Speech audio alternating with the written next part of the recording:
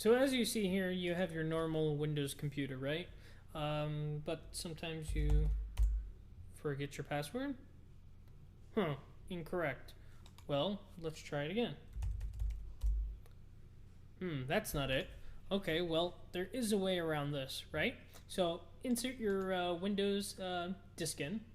And when I say that, I mean your USB. In my case, since we're doing it in a virtual environment, we're using an ISO image. So assume you popped it in now. We'll restart the machine.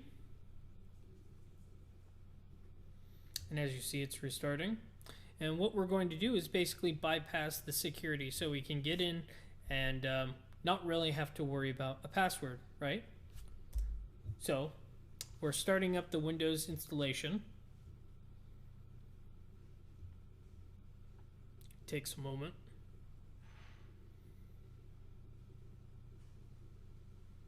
And a lot of times businesses or people with computers, and they set a password to expire, which is a great idea, but unfortunately people, well, forget, the password.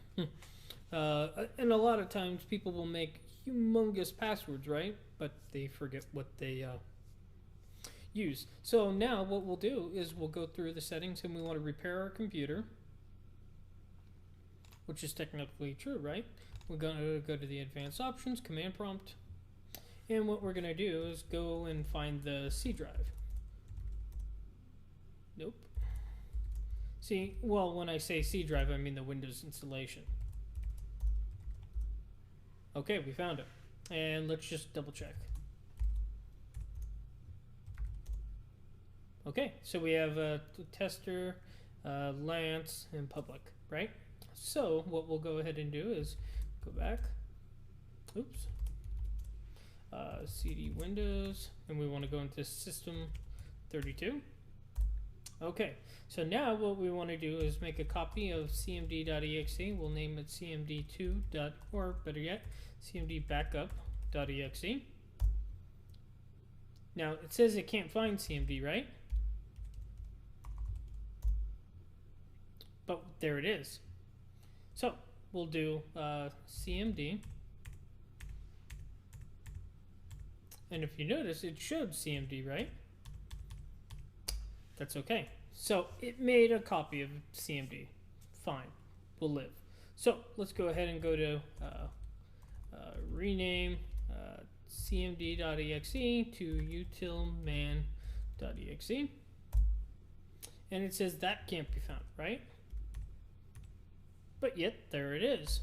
So we know it's there because we won't be able to open it, right? Yes, and that's a message that you will see. So we know that's there, and we know it did work because, again, cmd backup is there, and cmd.exe nowhere to be found. So we do know it exists. Now you may be able to get it to say that you know, it may be completely fine on your end. And maybe it says it was successful, maybe not. But in a lot of times, especially in Windows 8.1, I've noticed that it's a hit and miss. Sometimes it'll say it can't find the file, and sometimes it'll open cmd.exe. I can't explain it. So it's kind of a hit and miss whether it'll say successful or, well, not successful, but it won't show anything. Just like in Linux, if the command was successful, it just goes to the next line. So let's go ahead and get out of here. We know it's there. And again, we know it's there because utilman is there. Whether Windows says it is or isn't, well, that's another story. So we're going to go ahead and continue and exit to Windows 8. Remove your USB drive, or stick rather. So I'll go ahead and remove my virtual one. And now it'll load up Windows for us.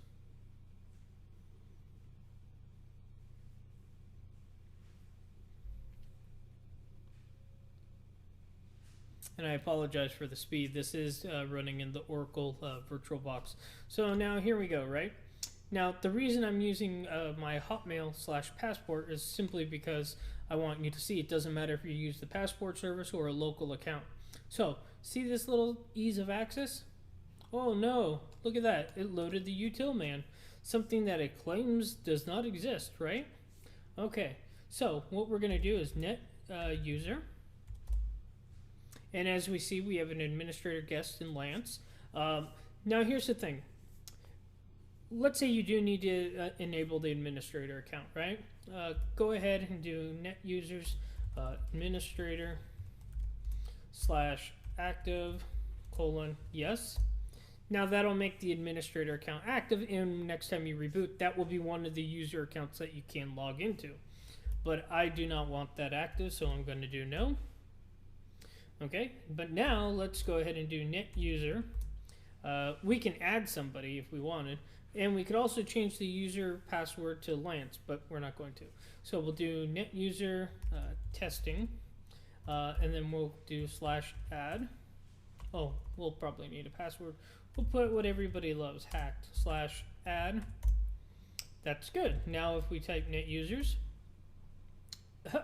none. Oop, I'm sorry, net users. We have administrator, guest, Lance, and testing. Great. So we can always get rid of testing. Now, if you want that as a backup account, you could always do, instead of /add, we'll do /active, no. And then, again, if you do net users, it'll still be there because it is an added account, but it's not active. But just for this, just to show you, we're going to reactivate it, right? And again, we have the administrator account disabled, but I showed you how to do it. And again, that /active is the way to keep it there. Now, let's say you don't want that account there anymore, right? Well, we could just modify this. You would just do /delete. But just for testing, I want to show you. So we'll do exit. And as you see, it just doesn't show anything. We got to reboot again. So we'll restart. And that's the last restart we're going to have to do because now we have an account on here that we can log into the computer. But now let's say you're in somebody else's system. Don't add another account. Activate the administrator account and log in through the administrator account. And with that extremely powerful command prompt that you basically have system-wide access technically, you could change the administrator password if there was an administrator password. So we're letting it load up. Okay. And as you see, we have the account testing. We'll go ahead and type in the password hacked. Oh, wait. I was going to use the on-screen keyboard, but I forgot that's done. So we'll go ahead and type hacked.